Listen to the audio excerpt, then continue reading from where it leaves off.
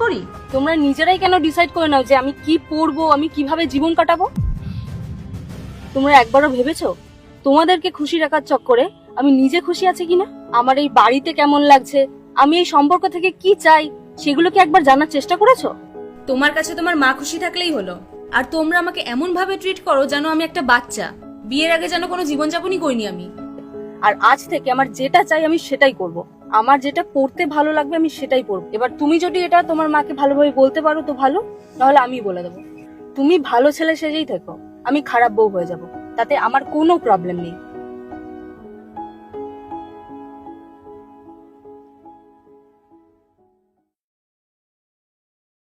এসে গেছো তোমরা? কেমন হলো পার্টি? মা, পার্টি কেমন গেল সেটা তো আপনার ছেলেই বলতে পারবে, কারণ আমি তো পার্টিতে যাইনি। আমি আমার একটা ফ্রেন্ডের বাড়িতে গেছিলাম। কেন? তুমি তো পার্টিতে যাওয়ার জন্যই রেডি হয়ে বেরিয়েছিলে। হ্যাঁ, আমি তো পার্টির জন্যই বেরিয়েছিলাম, কিন্তু আমার ড্রেসটা ভালো ছিল না।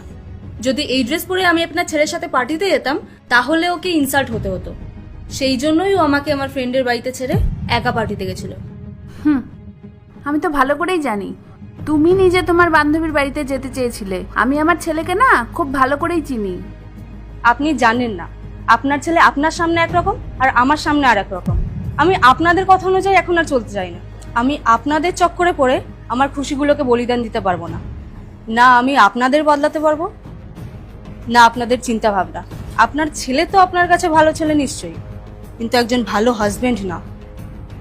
আমি সময় দিচ্ছি, যদি ভালো হাজবেন্ড হতে পারে তো ভালো, না হলে কারোর ভালো ছেলের সাথে আমি জীবন কাটাতে পারবো না। আর হ্যাঁ, আমি খুব ভালো করে জানি কোন জায়গায় কোন অকেশনে কিরকম ড্রেস পরতে হয়। নিজের জামা কাপড়ের সাথে তো আমি কম্প্রোমাইজ করে নেবো, কিন্তু হাজবেন্ডের সাথে আমি কম্প্রোমাইজ করতে পারবো না। কারণ সারা জীবন আমাকে হাজবেন্ডের সাথেই থাকতে হবে, কারোর ভালো ছেলের সাথে নয়।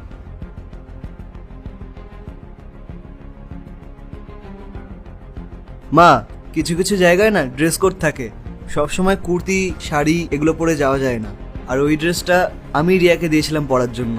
মা, আমি সবসময় একটা ভালো ছেলে হওয়ার চেষ্টা করেছিলাম যাতে তুমি খুশি থাকো, কিন্তু তুমি ভাবো এখন তো আমার আরেকটা দায়িত্ব আছে, আমার ওয়াইফ।